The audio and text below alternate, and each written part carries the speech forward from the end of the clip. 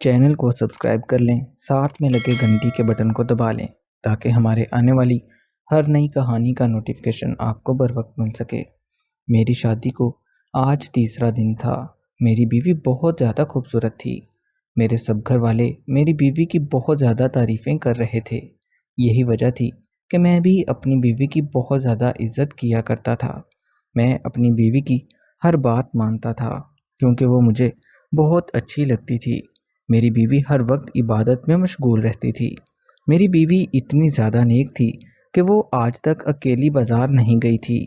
میں اپنی بیوی سے بہت زیادہ خوش تھا کیونکہ آج کل کے دور میں ایسی لڑکی ملنا بہت زیادہ مشکل ہے۔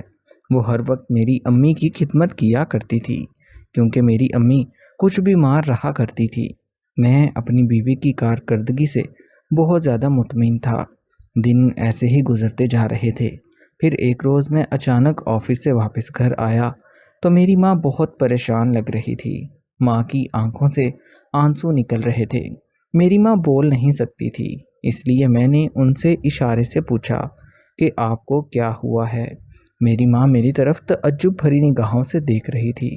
وہ مجھے اشاروں سے کہنے لگی کہ اپنی بیوی کو چھوڑ دو۔ ماں کی یہ بات مجھے بہت زیادہ عجیب لگی کیونکہ اس سے پہلے میری ماں نے کبھی ایسی بات نہیں کہی تھی۔ ویسے بھی میری بیوی میری ماں کا بہت زیادہ خیال رکھتی تھی۔ مجھے سمجھ نہیں آ رہا تھا کہ میری ماں نے ایسا کیوں کہا ہے۔ خیر اس روز میں نے ماں کو سمجھایا اور اپنی ماں کی بات کو نظر انداز کر دیا۔ جیسے ہی میں اپنے کمرے میں گیا، میری بیوی نماز ادا کر رہی تھی۔ اسے دیکھتے ہی میرا دل بہت زیادہ خوش ہوا۔ میں کچھ دیر آرام کرنے کے لیے لیٹ گیا کیونکہ میں بہت زیادہ تھکا ہوا تھا۔ 4 گھنٹے کے بعد جب میری آنکھ کھلی تو میں نے دیکھا میری بیوی ابھی تک نماز ادا کر رہی تھی۔ مجھے اپنی بیوی پر شک ہونے لگا کہ ایسی کون سی نماز ہے جو اب تک پڑھی نہیں گئی۔ میں نے اپنی بیوی کو مخاطب کیا لیکن میری بیوی نے مجھ سے ٹھیک طرح سے بات نہیں کی۔ وہ ابھی تک اپنی عبادت میں مشغول تھی۔ میرے ذہن میں یہ خیال آیا کہ شاید وہ اس شادی سے خوش نہیں ہے۔ اتنی دیر میں میری ماں بھی میرے کمرے میں آ گئی اور میری بیوی کو دیکھتے ہی انہوں نے اپنا منہ بنا لیا۔ ایسے لگ رہا تھا جیسے میری ماں میری بیوی سے ناراض ہے، لیکن میری بیوی کے چہرے پر میری ماں کو دیکھ کر مسکراہٹ آ گئی تھی۔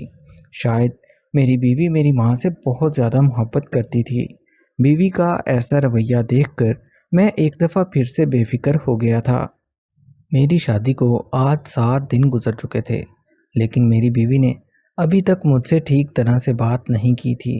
جب بھی میں اسے مخاطب کرتا وہ نماز پڑھنا شروع کر دیتی تھی، یہاں تک کہ ابھی تک میں نے اس کا چہرہ بھی ٹھیک طرح سے نہیں دیکھا تھا۔ شادی کی پہلی رات ہی میری بیوی مجھ سے کہنے لگی کہ میری طبیعت بہت خراب ہے اور مجھے نیند آ رہی ہے، اس لیے میں نے بھی اس سے کوئی بات نہیں کی۔ اس دن کے بعد سے جب بھی میں گھر آتا تو میری بیوی نماز ادا کر رہی ہوتی تھی۔ اس روز میں نے اپنی بیوی کو سمجھانا شروع کر دیا کہ میری خدمت کرنا تم پر فرض ہے، تم باقی کام بعد میں کیا کرو، سب سے پہلے میری دیکھ بھال کیا کرو۔ میری بیوی نے ہاں میں سر ہلایا اور کمرے سے باہر چلی گئی۔ میری بیوی مجھے بالکل وقت نہیں دے رہی تھی۔ اس نے کبھی میرے پاس بیٹھ کر میرا حال تک نہیں پوچھا تھا۔ انہی باتوں کی وجہ سے میں بہت زیادہ چڑچڑا ہو رہا تھا۔ دن بہ دن مجھے اپنی بیوی پر غصہ آنے لگا۔ میری شادی کو 7 دن ہو چکے تھے لیکن ایک بھی دن مجھے سکون نہیں ملا تھا۔ میں بھی اب اپنی بیوی سے سختی سے بات کرنے لگا کیونکہ وہ گھر کا کوئی کام نہیں کرتی تھی، ہر وقت نماز ادا کرنے میں مصروف رہتی۔ میں اسے جتنا پرہیزگار سمجھتا تھا وہ اتنا ہی تنگ کرنے لگی تھی۔ جب بھی میں اسے کچھ کہتا تو وہ مجھے آنسو نکال کر دکھا دیتی تھی۔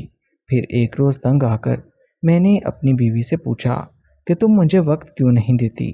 میری بیوی مجھ سے کہنے لگی، دیکھو سچ یہ ہے کہ میں تمہارے قریب نہیں آنا چاہتی۔ بیوی کی ایسی بات سن کر میں حیران رہ گیا۔ میں ہمیشہ آپ سے دور رہنا چاہتی ہوں، اس لیے مجھے عبادتوں کا سہارا لینا پڑتا ہے۔ بیوی کی ایسی باتیں سن کر میں بہت زیادہ پریشان ہوا۔ مجھے بہت زیادہ شرمندگی ہو رہی تھی کہ میں اس سے اب کیا بات کروں۔ میں نے اس روز اپنی بیوی کے چہرے پر بہت زیادہ بے بسی دیکھی تھی۔ ایسا لگ رہا تھا جیسے وہ مجھ سے کچھ چھپا رہی ہے، لیکن مجھے بالکل سمجھ نہیں آ رہا تھا کہ وہ ایسا کیوں کر رہی ہے۔ ہماری شادی کو آج کافی دن گزر چکے تھے۔ ایک روز جب میں دفتر سے واپس گھر آیا تو آتے ہی میری ماں مجھ سے کہنے لگی، بیٹا اب میں مزید برداشت نہیں کر سکتی، تم اپنی بیوی کو طلاق دے دو۔ نہ جانے امی یہ سب کچھ کیوں کہہ رہی تھی، مجھے کچھ سمجھ نہیں آ رہا تھا۔ جب بھی میں امی سے بات کرنے کی کوشش کرتا تو امی کے منہ سے صرف یہی الفاظ نکلتے تھے کہ اپنی بیوی کو چھوڑ دو۔ میں اپنی امی کی کہی ہوئی ہر بات انسنی کر دیا کرتا تھا۔ اب مجھے میری ماں سے نفرت ہونے لگی۔